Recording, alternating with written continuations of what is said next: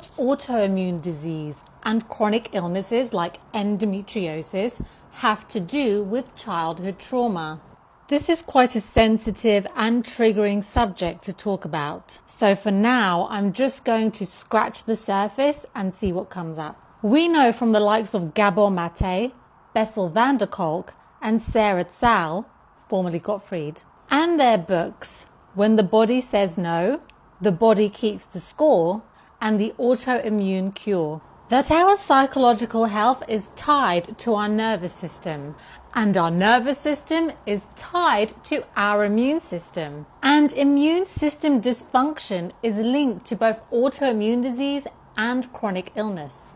Autoimmune means diseases where the immune system attacks the body. Now, it's mainly women who experience autoimmune diseases and chronic illnesses, which is not so surprising when you learn that internalized stress is a root cause of most diseases. For the most part, women are socialized to be compliant, to appease, to keep the peace, to sacrifice, to suffer. You can see that just by looking at our collective medical healthcare experiences when it comes to gynecological conditions like endometriosis, adenomyosis, and PCOS. Gender gaps exist across the board, including within healthcare. And what I've noted from engaging with all of the women struggling with endo is our tendency to play things down, to feel small, even unworthy when it comes to our health. And it's not our fault. I mean, after all, we live in a patriarchal society. The odds are pretty much against us. Women are taught to suppress. We suppress a lot. And I'm not just talking about our gynecological conditions, where there are literally millions of women in the UK alone walking around with endometriosis right now, pretending that they're not in debilitating pain, acting as if everything's okay when really they're on the brink of a mental meltdown.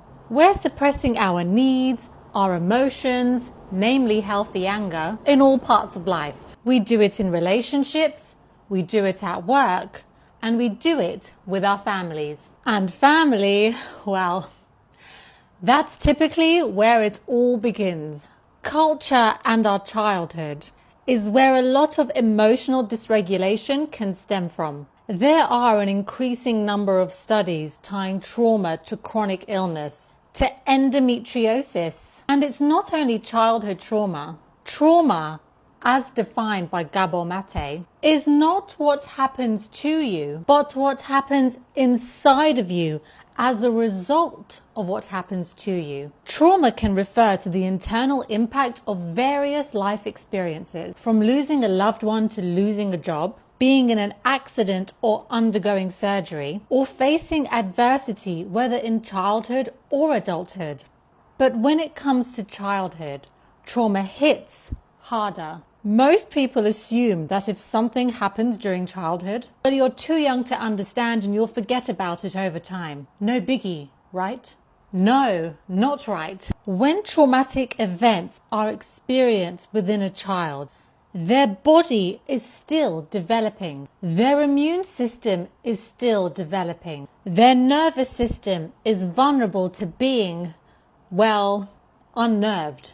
By that I mean fight, flight, freeze, fawn modes. A child is too young to understand what's going on inside of them. They won't always have a primary caregiver, whether that's mum, dad, or someone else, to soothe them, to reassure them, to help regulate their emotions. Especially if it's the caregiver that's the cause of their dysregulation in the first place. So if a child is growing up in a home where there's always chaos, turbulence is right around the corner. And that could mean mum and dad always rowing, family members with mental health issues, addictions, abuse, any kind of instability in the home that would leave a child feeling unsafe. That child is constantly experiencing stress arousal. Chronic stress. So you have a child who's constantly exposed to stressful situations, meaning their nervous system is constantly being triggered.